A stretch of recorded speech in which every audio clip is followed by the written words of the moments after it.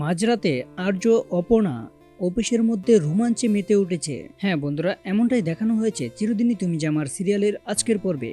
তো বিস্তারিত জানতে হলে ভিডিওতে লাইক দিয়ে পুরো ভিডিওটি দেখতে থাকো। শুরুতেই থাকছে অপর্ণা তড়িঘড়ি করে মাঝরাতে অফিসের উদ্দেশ্যে বেরিয়ে যাবে, এমন অবস্থায় তার বাবা মা তাকে বলে, তুই এত রাতে অফিসে যাচ্ছিস কেন?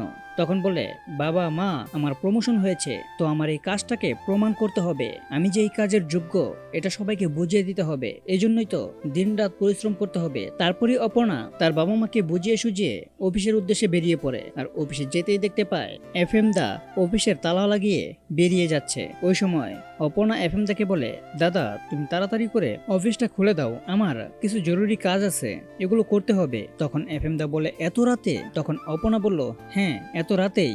তারপর এফএম দাকে রিকোয়েস্ট করার পর এফএম দা অফিসটা খুলে দেয়। তখন আর্যর ফোনে কেউ একজন সিসিটিভি ফুটেজের নোটিফিকেশন পাঠায়। আর্য তখন সিসিটিভি ফুটেজে দেখতে পায় অপর্ণা অফিসে এসেছে এত রাতে কাজ করার উদ্দেশ্যে। আর্য মনে মনে ভাবতে থাকে, এটাই আমার মহা সুযোগ, এখনই আমি আমার মনের কথাগুলো অপর্ণাকে বলতে পারবো।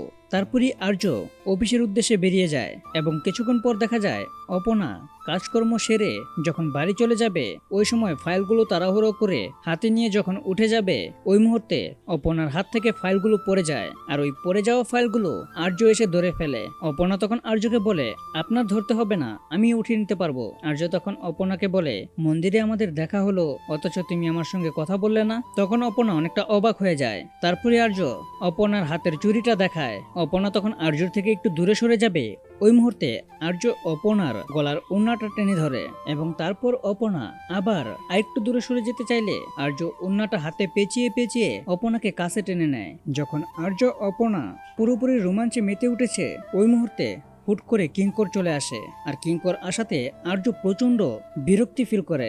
আর্য বলে, তুমি এখানে আসার আগে আমাকে ফোন করে আসতে পারতে। তখন কিঙ্কর আর্য অপর্ণাকে বলতে থাকে, আসলে আর্য অপর্ণা, আমি অনেকটাই দুঃখিত, আমার আসা উচিত হয়নি তোমাদের মাঝখানে, তারপরও আসতে বাধ্য হয়েছি।